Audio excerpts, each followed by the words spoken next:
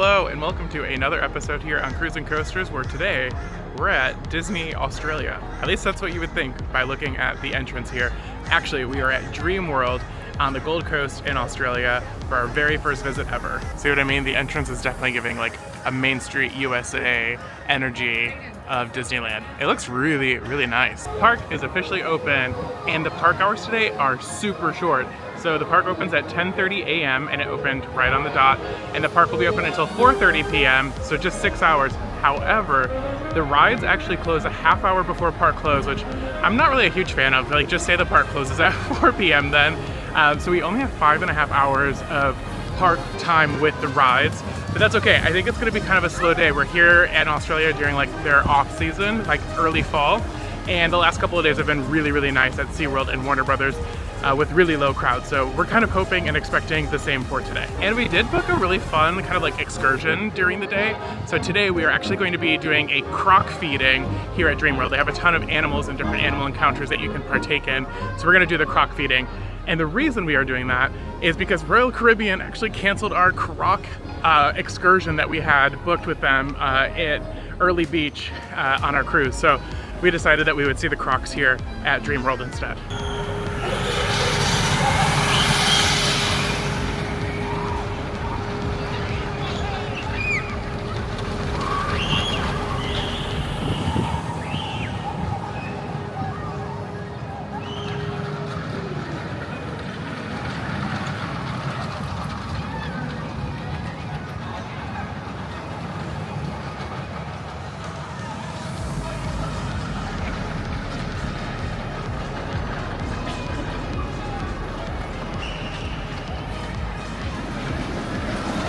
We decided to come straight to motor coaster just because we know these motorbike coasters can have some really low capacity. So we decided just to come here first and get this checked off the list. It's a fun little coaster. It has like the most interesting train and restraints that I've ever seen. It's very restrictive. So if you've been on something like Tron at Walt Disney World or Shanghai Disneyland Resort, it's going to be even more restrictive than that. We had a lot of trouble fitting into the regular seats, but similar to Tron, they do have a couple of regular seats for you as well, so that you don't have to use the motorbike restraint. So most people will be able to be accommodated in those seats instead.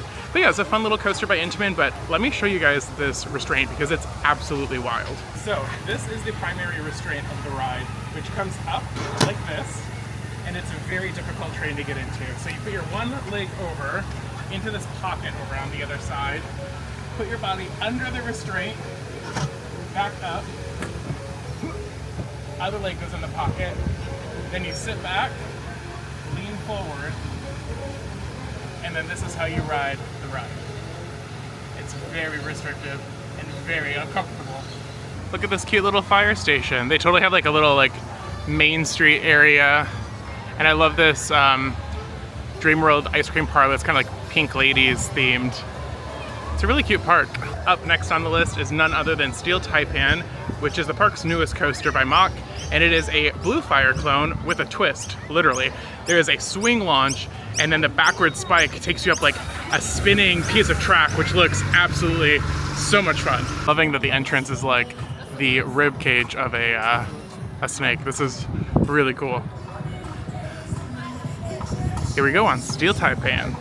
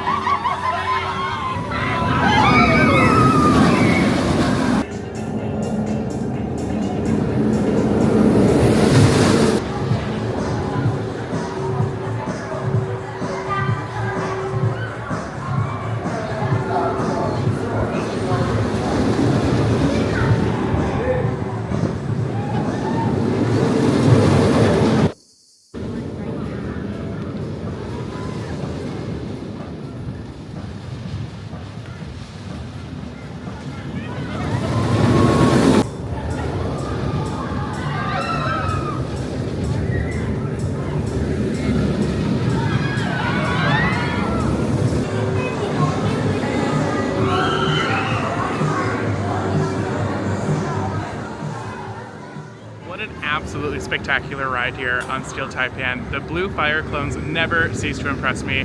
They're filled with airtime, super smooth, punchy launch, and the blue fire roll, which is very similar to the Velocicoaster Mosasaurus roll, just absolutely throws you out upside down. Incredible. We rode in the back seat, and my two favorite moments, the back spike here, the backwards launch adds a little bit of zip to it and you really get forced into your seat, and it's so much fun going all the way to the top, spiraling to the top, and then coming out of the mid-course brake run, you get a great pop of airtime coming off of that. Just a super fun coaster and a really good time. Steel Taipan, check, amazing time. We decided to do a front row ride, and these are the lines that we're dealing with today. Just a one train wait. Having a great time so far at Dreamworld. We did a second ride on Steel Taipan in the front row, and back row girly for sure, but I will say the launch, like especially like the second launch forward, is so much fun in the front row because you get a really good sense of the speed, and like you're just rushing down that launch track like at full speed the entire time, which is so much fun. And like the second, like the backwards launch is so punchy, like you really get like thrown forward. It's so much fun. Steel Taipan is a great coaster. I wish we were here on the weekend because they do offer a backwards spinning, well, I guess not backwards, but just like a spinning seat in the back row, but they only offer that Friday, Saturday, Sunday, and we are here on a Thursday, so we'll have to give that a miss. I think we're gonna do a spot of lunch and then head to our crocodile feeding, and then we'll get the rest of the credits after our croc feeding tour. We found a cute little sandwich shop for lunch today, trying to do something a little bit lighter, fresher. And I went with this barbecue bacon like flatbread that looks really tasty. And then we're gonna split some chicken penne paste salad. Lunch was super fresh, super tasty. Definitely recommend the sandwich shop here at Dreamworld. It was really good. We are heading over to the animal area of the park so that we can get ready for our croc feeding that's at 1 p.m. And we're gonna take you through some of the different animal exhibits that they have here at the park.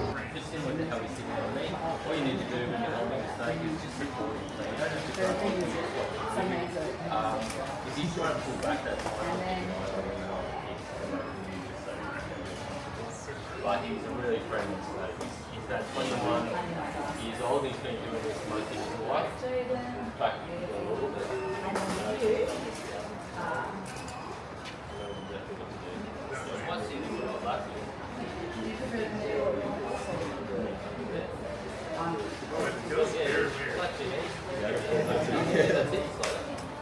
You can come in here if you want, get a close-up. It's very weird feeling all of his like body move around you. Yeah, it's very bizarre. People often say it's like a massage. Yeah, it does feel like a very like slow massage. Yeah. But you're gonna fall. Yeah, he always does that. Yeah, you're drooping a little bit.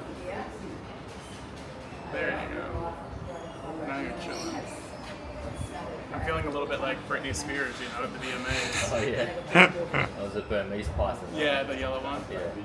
So they're really important. He feels really cool. Because they get rid of rats and mice. He is. Yeah. Me and Fang are besties now. Yeah. New Zealand? Like he's not even flicking his tongue in and out. Like normally, if they're in a new environment, they'll flick their tongue in and out. Here he goes to pick up a bit of scent and figure out what's around them. Just so they So he likes me, is what you're saying. He's very relaxed. Yeah, he's not He's falling concerned. again. Yeah. Fang, buddy, you're gonna fall. This is Goliath, and he is the male saltwater crocodile that we're going to feed today. And he's absolutely massive. This is actually insane. Just look at him, just chilling there, ready to go. He thinks he's getting more chicken. Wow, he's huge. And we'll use that big tail, that's 4,000 pounds per square inch of pressure. So you're not going to survive a croc exploding out of the water, so stay away from croc territory, rock camping through the broom. This is Australia. Well done! Nicely paced! Well done, well done. Lana. Down the hole. Yummy, hungry. So she's getting fed every day at the moment, so she's only getting a one little piece. Yeah. Finished up the croc feeding, and oh my gosh, what an experience that was. We had two excellent guides, Nikki and Chris, who took us through seeing a snake, one of the biggest pythons that I've like seen and been able to hold. That was so cool. I'm normally very afraid of snakes, but it kind of felt like almost like I was getting a massage, was like how I would compare the feeling of like holding a snake around your neck. That was really interesting. And then the croc experience was so cool. So we got to learn so much about them. And then just getting up there so close, like, and seeing Goliath, the male saltwater crocodile, from up top was just incredible. I will note, they alternate which croc they feed because they don't feed all the crocs each day. So you could feed one of the freshwater, the female saltwater, or the male saltwater. So we just got really lucky in being able to feed Goliath.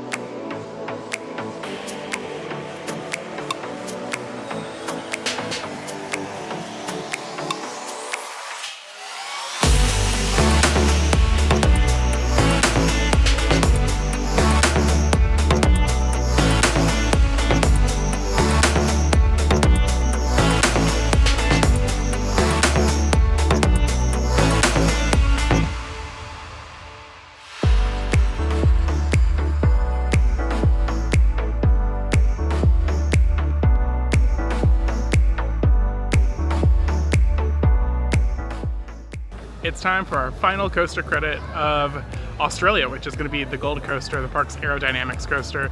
And if you watch my Luna Park Sydney vlog, you guys will know that the Gold Coaster actually came from Luna Park Sydney as the old Big Dipper.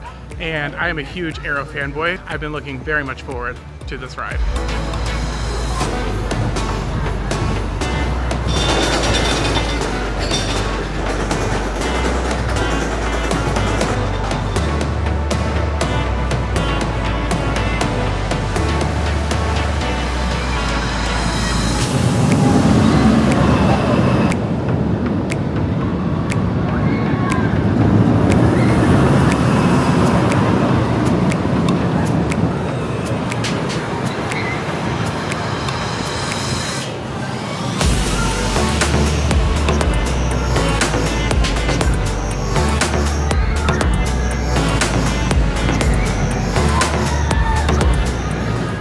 We had a little bit of a downtime on Gold Coaster. We had about a 20-25 minute downtime, but we finally made it on front row. And this coaster was so surprising. The ride itself, I felt, actually ran kind of smooth, but the transitions are super wonky, and they run the new Vekoma vest restraints, and I was very thankful for them.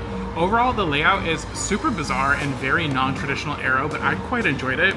I think the most unhinged part is the very finale. You come into like what looks like should have been a brake run, and then you just take like nearly a flat turn at full speed. Like you must be going 40 miles an hour at like this flat turn around back into the station and then slam into the brakes. That part was wild, but overall a really fun coaster and a great representation of how great aerodynamics could be.